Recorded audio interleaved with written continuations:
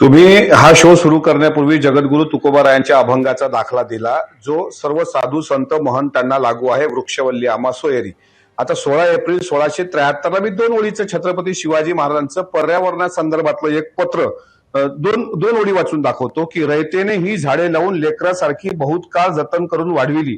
ती झाडे तोडलियावरी त्याचे दुःखास पारावर काय.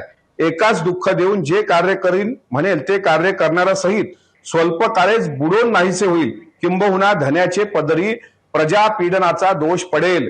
जर प्रजापीडनाचा दोष हा सिंहस्थ कुंभमेळा आयोजित करणाऱ्या महंताला पडावा असं वाटत नसेल तर हे जे साधुग्राम आहे इथे जे 1825 झाडांवर जी कुऱ्हाड चालणार आहे ती कुऱ्हाड थांबवली पाहिजे. पर्यावरण प्रेमी म्हणून एकाही झाडाला हात लावता कामा नये आणि उपमुख्यमंत्री आदरणीय अजितदादांनी समोपचाराने तोडगा काढण्याची भूमिका घेतलेली आहे. त्या भूमिकेचं याबद्दल मुख्यमंत्र्यांना समजवण्यासाठी अजितदादा प्रयत्न करणार आहेत असं म्हणताय तुम्ही? नाही, मुख्यमंत्र्यांनी काय म्हटलंय, मुख्यमंत्र्यांनी यामध्ये स्पष्ट त्यांची भूमिका मांडलेली आहे की काहीतरी पर्यायी व्यवस्था उपलब्ध झाली पाहिजे.